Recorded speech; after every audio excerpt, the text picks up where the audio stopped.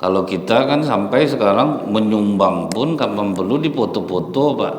Dia 5 tahun sekali biasa itu maju jadi caleg tuh, jadi mendadak jadi murah senyum, itu heran saya. Padahal bapak ini biasa sangar Pak. Semenjak mencalonkan tuh bisa senyum dari pagi sampai malam tuh, itu yang heran saya tuh. Kok bisa macam itu? Kemudian santunan tuh dipoto, dia harus dipoto. Itulah bisa, udahlah sesekali harus nampak lah, karena memang tuh harus nampak. Kalau enggak tuh enggak dipilih orang Pak. Tapi kalau orang Bu ya, jauh sebelum dia pencalonan memang orangnya dermawan, memang pemberi, itu pilih lah Pak.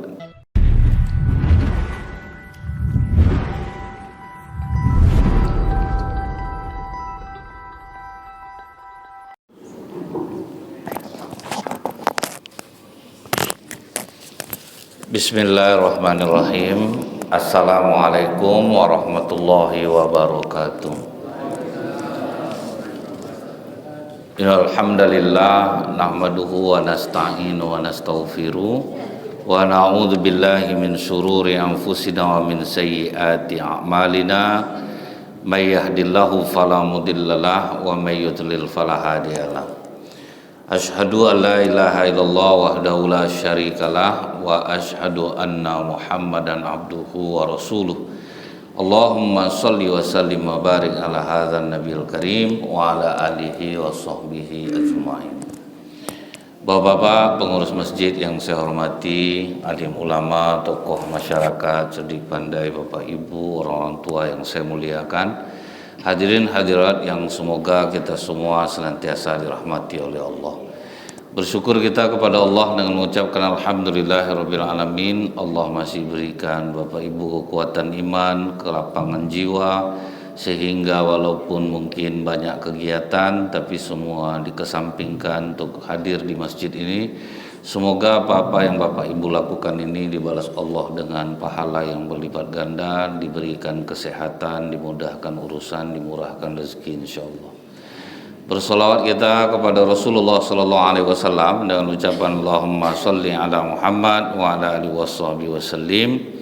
Semoga dengan banyaknya kita bersolawat kita mendapatkan syafaat di yaumil akhir kelak.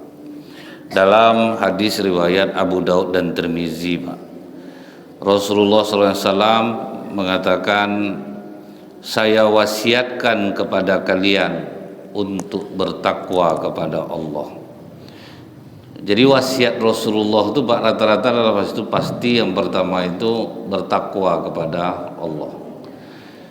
Sebagaimana yang pernah kita bahas Bapak Ibu, untuk bisa menjadi orang bertakwa dalam Islam ini, alladzina yunfiquna fis-sarra wad dharra, rajin bersedekah baik di saat lapang ataupun di saat sempit.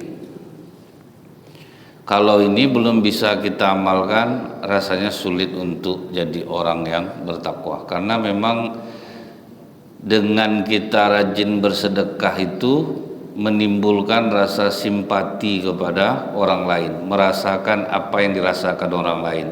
Itulah yang membuat hati kita ini insya Allah menjadi lapang.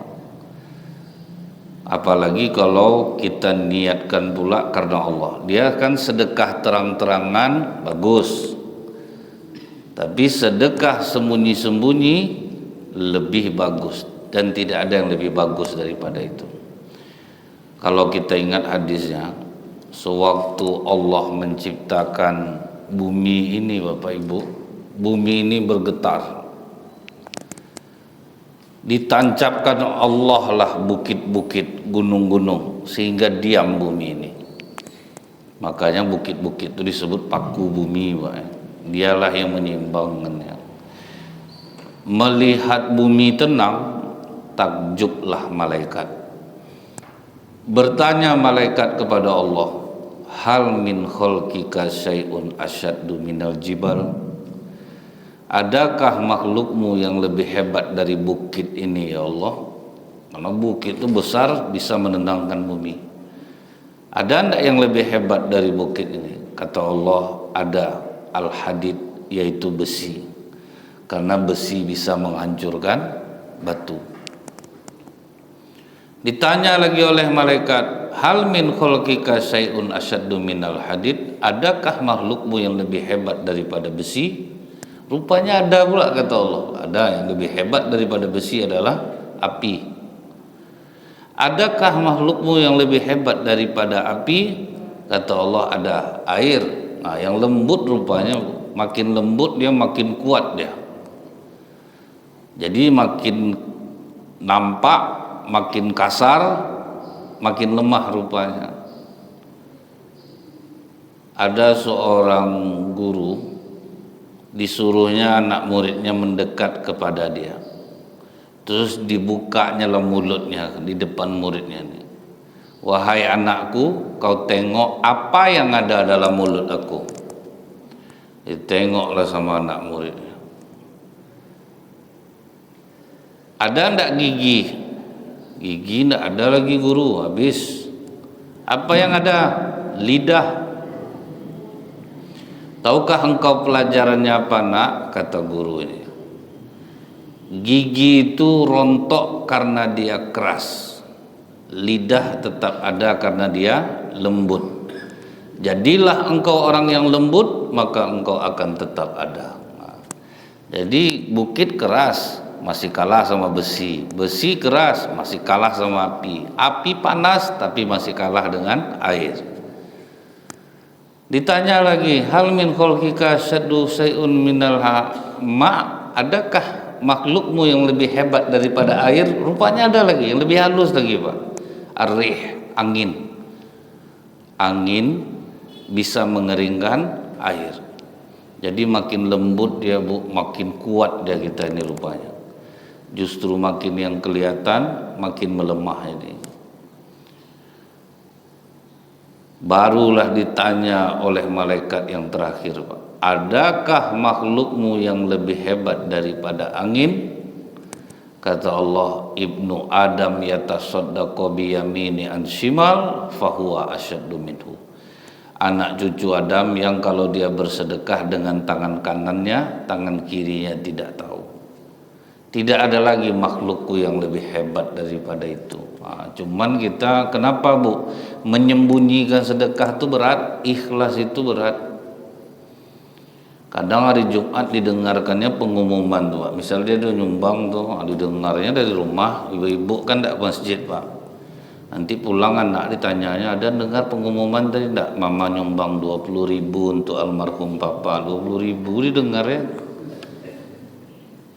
Kadang kita menyumbang, kita tanya-tanya kemana perginya, ini kok tidak ada dibelikan, kita selidiki sumbangan kita. Jadi itu susahnya jadi orang bertakwa itu, Pak.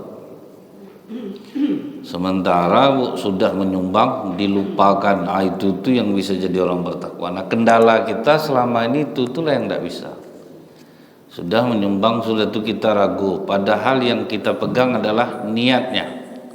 Misal ada orang minta sumbangan sama bapak ibu, kita menyumbang untuk Palestina. Udah, pokoknya nyumbang aja, Pak. Niat itu itulah yang dihitung oleh Allah. Masalah ada orang mau menyelewengkan, mau apa, itu urusan dia sama Allah. Karena Rasulullah, Bu, pernah marah kepada Umar. Ada laki-laki datang kepada Rasulullah, ya Rasulullah, aku tidak punya pekerjaan. Bolehkah aku meminta uang kepadamu? Dikasih oleh Rasulullah. Besoknya datang lagi orang yang sama. Belum dapat juga aku kerja di Rasulullah. Boleh enggak aku minta lagi duit kau? Dikasih lagi sama Rasulullah. Umar udah agak ngamuk juga, Pak. Ini pantang dikasih, datang dia balik, datang dia balik. Yang ketiga datang dia lagi. Kata Rasulullah, aku hari ini tidak ada duit, kau pergilah berutang sama orang, nanti biar aku bayar. Oh, emosi langsung Umar. Kalau bersedekah ini semampu kita aja lah, Rasulullah. Jangan sampai kau bersedekah akhirnya menyusahkan dirimu. Memerah muka Rasulullah, marah kepada Umar. Jadi maksudnya udah terserahlah dia mau apa, kasih aja terus. Apa jadi niatnya, itu aja kasih dia. Nak makan, istri nak makan, kasih dia. Tapi Umar emosi tidak pula salah, makanya Rasulullah itu cuma satu Pak. Kalau kita mana bisa macam itu. Sekali orang bisa minjam blender ke rumahnya, dua kali pandailah membeli Kak. Kalau memang perlu rasa belilah, jangan punya orang aja dipinjam. Kita sekali sanggup. Orang minjam duit sekali bisa, kalau udah dua kali macam ATM awak dibuatnya sekali ditolong ke kita aja dia terus. Itulah kita tuh Pak. Umar emosi berarti tidak salah juga. Jadi kan Umar marah tuh Pak. Berarti Umar tidak juga salah. Tapi itu untuk bisa menjadi hamba Allah yang bertakwa itu belajarlah menyumbang kemudian melupakan. Ada satu masjid dikasihnya kotak sumbangan infak besar, jadi mereka tidak ada donatur. Kotak itu dijaga 24 jam. Jadi orang mau ngisi 100 juta, mau ngisi 50 juta, tapi nama tidak dibuat. Sudah mulai diajarkan jamaah cara seperti itu. Walaupun susah payah untuk mencari orang yang mau nyumbang tanpa dituliskan itu memang susah Pak. Karena ada juga dilema pengusaha, dia nanya, kadang kalau tidak dituliskan tuh Ustaz, tiba-tiba misalnya ini masjid ini membangun tuh saya antar aja pasir, tapi orang tidak tahu siapa yang beli, saya antar semen. Biasa saya nyumbang, tuh tidak nyumbang saya lagi, tentu prasangka masyarakat nampaknya Pak Haji marah ke pengurus nih, tidak ada dia cuma nyumbang nih, padahal saya tidak ada nulis. Pasir datang, waktu buruk sangka orang sama saya tuh tidak enak orang sama saya. Jadi makanya sedekah terang-terangan tuh bagus, tapi sembunyi-sembunyi jauh lebih bagus. Jadi diimbang-imbangkan lah Pak, mana yang harus diperlihatkan, kurban misalnya Pak, itu harus dituliskan. Tapi kalau misalnya yang bersifat menolong, misalnya jadi donatur Ramadan apa, mungkin itu bisa disembunyikan. Atau mungkin kalaupun dituliskan untuk administrasi itu harus Pak. Kadang kalau tidak dituliskan hilang juga duit itu. Kadang orang-orang di masjid ini bentuk taat ibadah Pak, lewat juga kota infak itu kadang-kadang banyak kejadiannya. Dan saya ini global, ngambilnya itu global, bukan per satu-satu masjid, banyak kejadian. Dia godaannya besar Bu. Mencari dana mudah di masjid, orang mau menyumbang, menyelewengkannya jadi kemungkinan itu besar ada. Diharap gaji segini cuman ya, kota infak ada di tangan kita, apa kadang tidak terpengaruh juga Pak. Pertama nariknya sedikit 10.000, lama-lama aman nampaknya nih, tambah 20 sehari, tambah 30, itu dosisnya itu. Ada masjid Bu ya, taat betul ibadah, kalau zikir terpejam-pejam matanya Pak. Akhirnya orang heran juga, CCTV ada di masjid, tapi ngapa kalau ngitung kotak infak dilarikannya ke kamar. Sejak itu waktu itu disuruh lah, kalau ngitung duit tolong di bawah CCTV biar tidak ada buruk sangka orang. Semenjak dia ngitung di bawah CCTV, terjual mobilnya Pak. Wow, terjual 2 mobil keluar, semua orang udah curiga. Apa betul kejadian di masjid cuman ya? Tapi bisa ngambil mobil 2 Pak. Rupanya itulah dosis itu bertambah dia Pak. Dia sedikit awalnya, sedikit. Sudah tuh macam duit dia lagi duit masjid tuh Pak. Itu ngerinya tuh Bu ya. Jadi janganlah menyumbang lagi, mengambil malahan lagi Pak. Itu makanya Bu, apa kata Rasulullah, jangan menilai orang baik karena dia rajin sholat saja. Bergaullah dengannya, baru kalian akan tahu dia baik atau tidaknya. Tidak bisa Pak, oh itu orang rajin sholat berarti orang baik. Bergaul, karena ujian ini banyak. Jadi salah satu untuk jadi orang yang bertakwa itu Bapak Ibu, mulailah bersedekah kemudian menyembunyikannya. Yang bisa kita lakukan sekarang macam kotak infak berjalan apa, itu sudah bisa melatih keikhlasan kita, karena tidak diumumkan, tidak tahu siapa yang menyumbang, itu udah mulai mengajarkan kita keikhlasan. Karena di masa Ali bin Abi Thalib karramallahu wajhah, hampir setiap malam orang miskin dapat bingkisan pas bangun subuh, ada makanan. Tapi anehnya tidak pernah tertangkap dan tahu siapa orang yang mengantarkan makanan itu. Setelah Ali meninggal, hilang antaran itu. Oh, baru orang mulai bercerita-cerita, Bu. Berarti yang antar makan selama ini Ali nih. Buktinya dia meninggal, hilang santunan. Apa kata yang memandikan jenazah Ali? Ya, aku yakin itu Ali. Sebab sewaktu kami memandikan jenazahnya, ada bekas merah kebiru-biruan di bahunya. Itu tanda dia mengangkat karung makanan. Disembunyikannya, Bu. Karena kalau udah biasa nyembunyikan tuh lain bahagianya tuh, Pak. Lebih enak di jiwa lagi. Itulah maka kata Allah, itulah makhlukku yang lebih hebat itu. Kalau kita kan sampai sekarang menyumbang pun kapan perlu dipoto-foto, Pak. Dia 5 tahun sekali biasanya itu maju jadi caleg tuh, jadi mendadak jadi murah senyum. Itu heran saya, padahal Bapak ini biasa sangar, Pak. Semenjak mencalonkan tuh bisa senyum dari pagi sampai malam tuh, itu yang heran saya tuh. Kok bisa macam itu? Kemudian santunan tuh dipoto, dia harus dipoto. Itulah bisa, udahlah sesekali harus nampak lah, karena memang tuh harus nampak. Kalau enggak tuh enggak dipilih orang, Pak.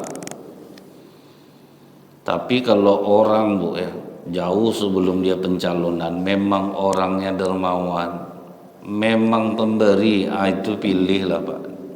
Dia kan masyarakat tuh tahu mana yang sesekali, mana yang memang jauh sebelum pencalonan, ndak pun dia jadi caleg, memang pemberi, memang suka ngurus orang, memang suka nolong orang. Dia memang diberi itu butuh juga, karena ngumpulkan orang tuh ndak bisa pakai air ludah aja, Pak. Cuman jangan pas momen aja kita menjadi orang baik. Dulu ada anggota dewan, Pak, tapi saya salut nengok dia itu. Acaranya tuh, Bu, asal santunan, ada santunan anak yatimnya.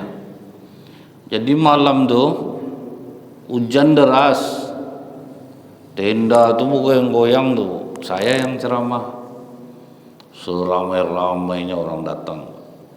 Salut saya nengok Bapak, kata saya. Berarti memang cinta masyarakat sama Bapak.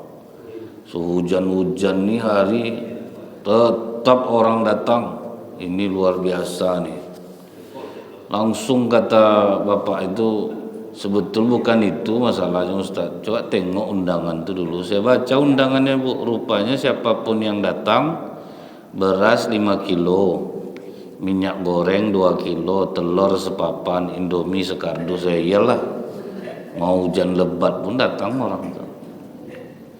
Nah, jadi tidak ada sekarang jalan lain lagi selain kita naik kelas sekarang nih, Bapak Ibu. Berusaha menyumbang untuk tidak menyebutkan nama, perlahan-lahan nih, Pak. Mulai menyumbang dengan misteri, tidak lagi terlalu diperlihatkan.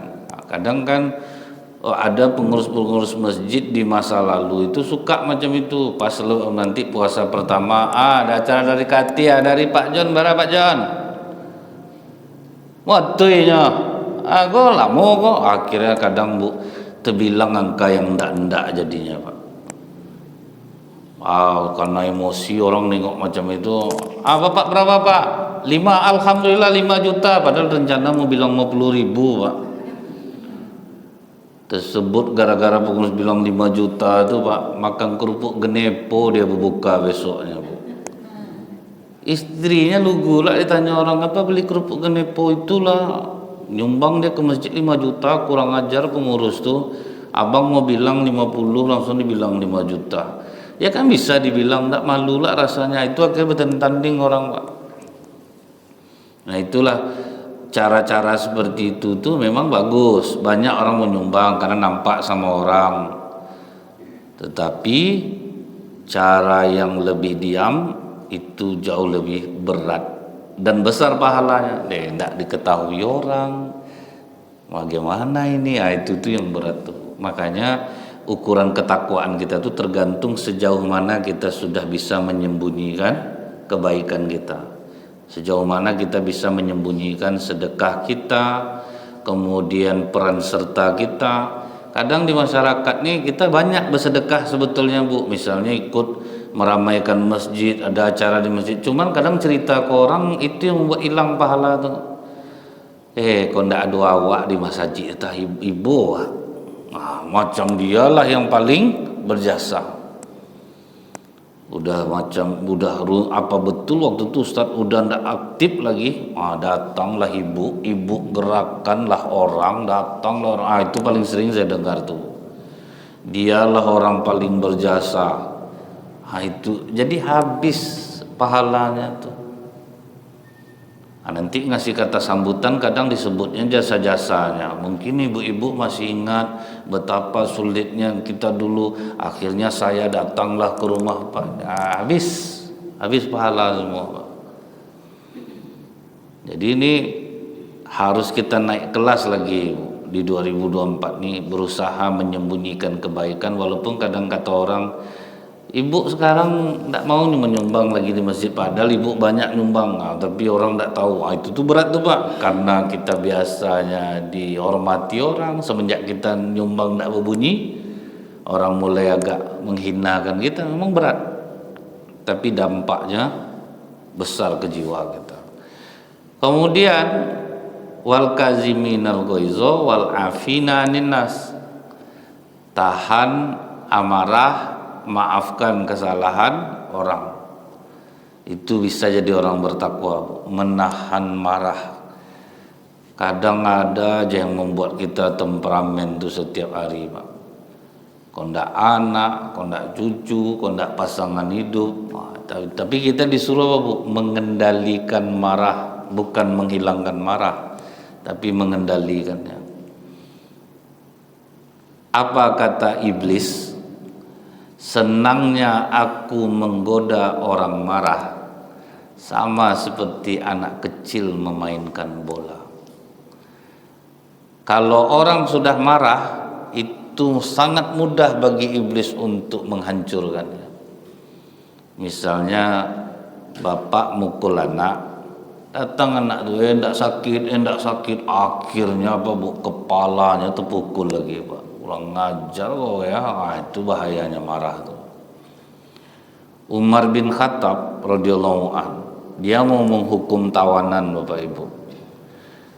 Udah mau dicambuknya, tawanan ini diludahinya muka Umar Pak. Tuih.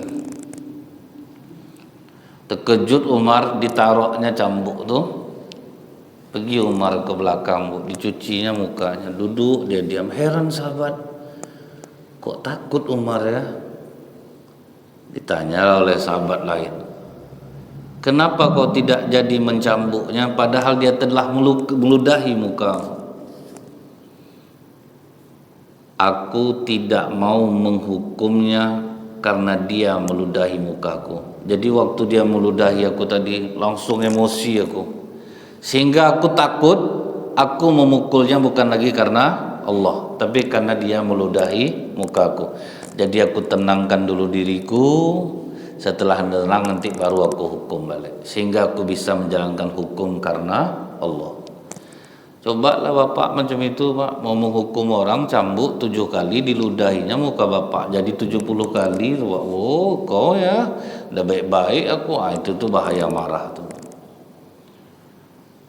Dan marah itu akhirnya bisa kemana-mana. Senangnya iblis tuh Bu ya, anak payah dibangunkan subuh, datang ibu ini membangun. Pertama masih baik-baik, bangunlah nak, sholat, siap-siap mau sekolah.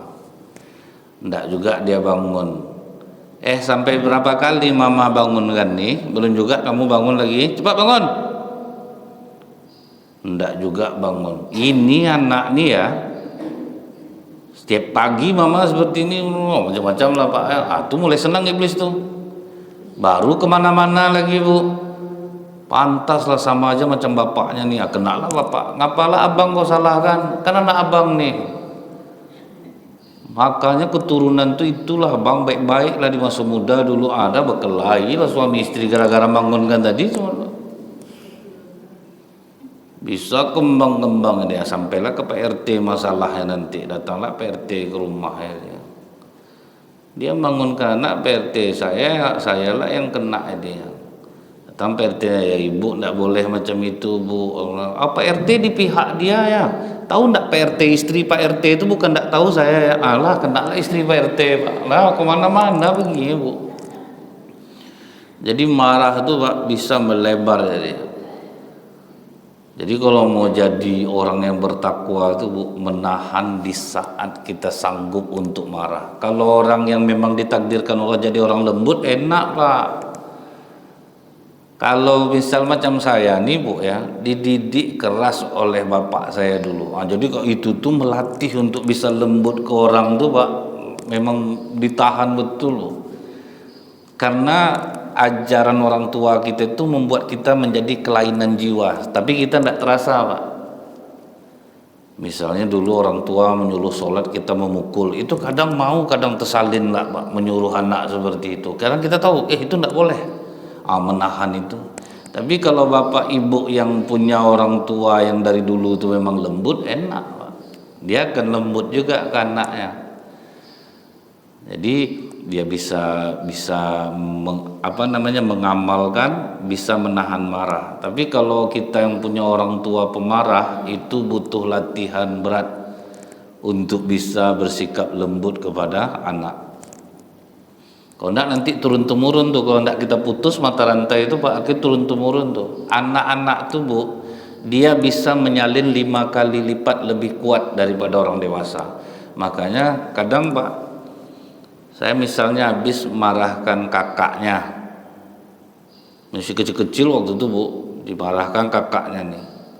Sudah tuh cara marah saya itu dibuatnya ke adeknya Pak. Persis cara dia ngomong tuh Pak. Disalinnya nih memang ini bahaya nih, harus berubah nih.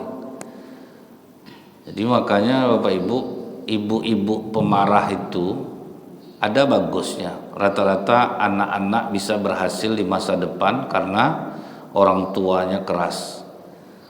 Tetapi dalam keras itu jangan banyak betul kekerasan fisik atau kekerasan kata-kata yang kurang baik.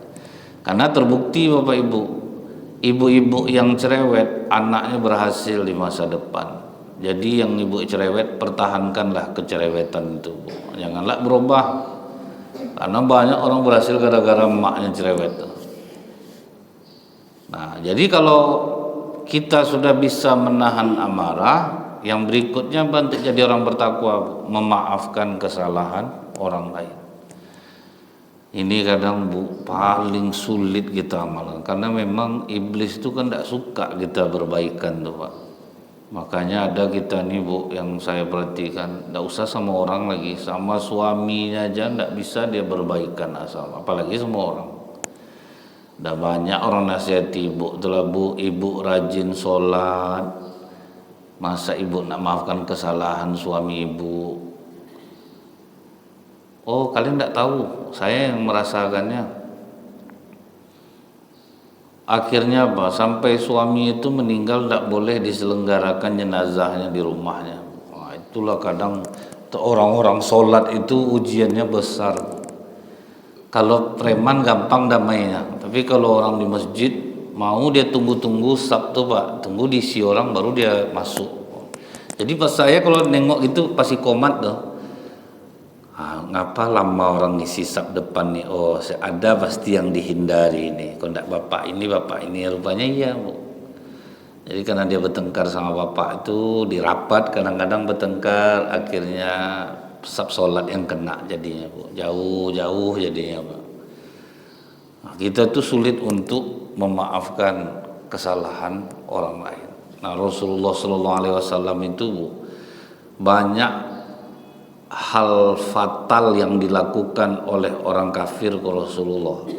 Karena pemaaf Rasulullah itulah Pak, Islam itu bisa sampai besar. Misalnya nih Bu ya, kalau kita lihat nih orang-orang yang pemaaf itu tuh Pak memang tambah dihina orang, tambah direndahkan orang, tambah melejit dia.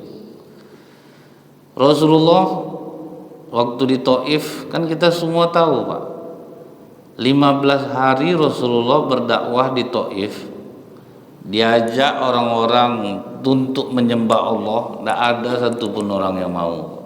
15 hari lama ya. Kemudian dapat Rasulullah cara yang kedua, dikumpulkannya kepala sukunya.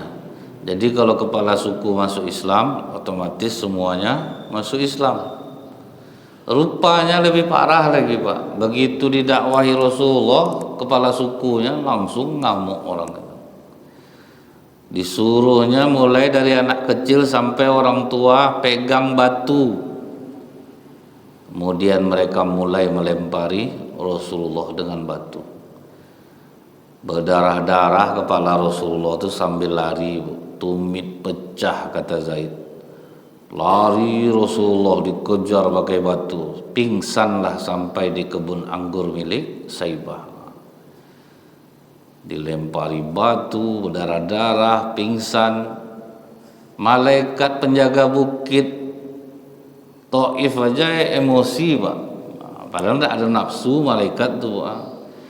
Kami sekarang ini sudah diizinkan Allah di bawah perintahmu ya Rasulullah. Jika kau mau, kami angkat Jabal Taif ini, kami timpakan kepada mereka. Kata Rasulullah, jangan, justru aku berharap dari sulbi-sulbi mereka lahir orang-orang yang bertakwa kepada Allah. Itulah pemaafnya itu. Kalau ibu sanggup tidak kira-kira tuh? Sudah di amu-amu orang, dihina orang ibu, sudah itu datang orang bantu. Apa masalah kakak kak? Aku hancurkan dia nikah, hancurkanlah kapan perlu sama anak-anaknya tuh. Yang kerja di apa tuh berhenti, kalian buat 7 turunan Pak di kipas. Kita penendam. Saya Bu herannya kenapa banyak orang kalau udah pensiun, ini dalam tanda kutip Bu, misalnya dulu ASN, kan orang tuh sering menyikut-nyikut orang, memburukkan orang untuk naik. Ini sebagian oknum nih Bu, kalau ndak stroke, kalau ndak jantung, itu banyak tuh. Karena saya menyaksikan sendiri Bu, sampai saya pernah bilang di kantor gubernur, ndak usah aja lah ada acara halal bihalal ini lagi di kantor, karena kita pendendam. Ini misalnya nih Bu, saya pejabat, sudah itu ada orang yang tidak setuju sama saya, akhirnya saya pindahkan dia, saya mutasi dia ke tempat yang susah, yang dekat sama saya, yang pandai menjilat-jilat. Akhirnya saya taruh di tempat yang bagus. Itu akan seperti itu terus Bu. Jadi kalau ada orang mendemo dia, di fotonya nanti dimutasi, nanti ganti lagi pimpinan, ganti pimpinan, di kipasnya pula punya yang lama nih, habis gitu terus. Apa ndak stroke jantung, darah tinggi orang dibuatnya Pak kan? Yang paling bahagia itu siapa Bu? Orang yang pengajian. Jadi saya perhatikan Pak ya, orang pejabat-pejabat yang rajin pengajian, mau dipindahkan di mana aja santai Bu. Ada banyak Bu sebetulnya ASN tuh yang mereka itu rajin ikut pengajian. Saya perhatikan Pak, di mana ada pengajian ada mereka Pak, sekitar 5 orang. Jadi mereka itu mau ditempatkan di sini oke, tidak dikasih jabatan tidak masalah, lapang Pak. Tapi coba Bu, orang yang butuh-butuh jabatan tuh, makanya banyak orang sekarang nih, kalian pilih aku jadi ini, kalian besok jadi ini. Itulah membuat orang memihak-mihak tuh jadinya Pak. Kalau sempat tidak dipilih, habis jabatan. Sementara dia butuh jabatan itu, dia cinta dengan dunia tuh. Ingat saya dulu tak lurah di Sukajadi ini, entah di mana daerahnya dulu. Pagi baru dilantik jadi lurah, sore kena mutasi, mati langsung. Mungkin kalau ada Bapak Ibu ingat Itulah kadang jahatnya Bu ya, sifat dendam, marah. Itu ngerinya tuh Bu. Makanya kalau orang-orang cinta duniawi sekarang ini susah untuk diberi pemahaman Pak, apalagi jalan pemilu nih. Nggak ada, daripada anak aku nak makan nanti, payah aku dapat nanti, aku terima aja lah ini. Macam-macam lah dalihnya. Misalnya nih Bu ya, saya alhamdulillah tidak pula ada yang ngajak jadi tim ses ini atau tim ses ini. Alhamdulillah tidak ada Pak. Kalau ada goyang juga nih. Nah, itu untung tidak ada Pak. Karena duitnya besar. Akhirnya bisa saya menjadi ustadz penjilat jadi nantinya Pak. Dengan dalih jadi saya berada di sana itu sebagai penasehat. Tidak mungkin Pak. Duitnya itu besar. Dan kita butuh gitu. Apa ndak terpengaruh kita Pak? Duit nih Bu kalau sedikit haram Bu, kalau banyak harum, payah menghilangkannya. Ndak usah kan ini, sampai orang untuk umroh aja banyak orang menipu jamaah sekarang. Di brosur dibuatnya hotel di bintang ini, nanti jamaah naik kereta cepat, nah ada semua. Itu tiap sebentar mengolah jamaah. Ada yang mau wakaf Al-Quran ibu-ibu, nah itu jahatnya orang Bu. Di mana aja bisa orang menipu sekarang nih Pak. Jadi jangan terpengaruh dengan topeng-topeng kebaikan orang gitu. Karena kalau jamaah itu dia mau beribadah di sana, bersedekah pandailah dia. Jangan sampai kadang mutawif nih diolah-olahnya jamaah itu. Jamaah udah pintar-pintar. Saya bukan sekali ini berangkat pakai travel ini ya. Baru terdiam lah, menipu jadinya. Jadi jangan kita itu menganggap bahwa ini aman-aman aja semua. Di mana-mana tempat itu ada-ada saja orang yang melakukan keburukan, tetapi kita harus memaafkan dan berlapang dada. Jadi kalau bisa kita seperti ini Bapak Ibu, sedekah udah sembunyi-sembunyi, bisa menahan amarah, bisa memaafkan kesalahan orang, aman lah itu. Makanya orang gila itu jarang sakit Pak. Saya terperhatikan sama saya tuh ya. Misal pergi kita ke rumah sakit jiwa tuh, saya nanya ke dokter, dok, ada ndak orang gila nih yang kena COVID, ndak mempan Ustaz, ndak bisa kena virus. Semua sehat Ustaz, jantung bagus, darah normal, kolesterol oke, gula stabil, jiwanya aja yang sakit nih Ustaz. Ngapa bisa gitu? Orang gila ini ndak ada yang dipikirkannya Ustaz. Dia dihina orang senyum dia, kita ndak bisa ya Pak. Dia ndak pendendam Bu. Hari ini dia minta makan kita usir, besok balik dia balik. Kalau kita kan ndak mau lagi Pak. Itulah orang gila tuh Bu. Dia ndak pendendam, dia ndak penyimpan. Kita semua kita pikirkan. Itu maka orang gila tuh sehat badannya Pak. Bayangkan Bu, dihina orang senyum dia, ibu bisa ndak digitukan orang senyum. Jadi maka sesekali kita perlu jadi orang gila tuh Pak. Ndak begitu kita pikirkan. Orang menyakiti kita maafkan. Itu di situ itu fakta rupanya Pak. Maka mereka itu sehat. Kalau kita ini kan pemikir, apa aja dia orang langsung kita berpikir jadinya. Jadi mudah-mudahan kita bisa menjadi hamba-hamba Allah yang bertakwa. Subhanakallahumma bihamdika asyhadu alla ilaha illa anta astaghfiruka wa atubu ilaik. Assalamualaikum warahmatullahi wabarakatuh.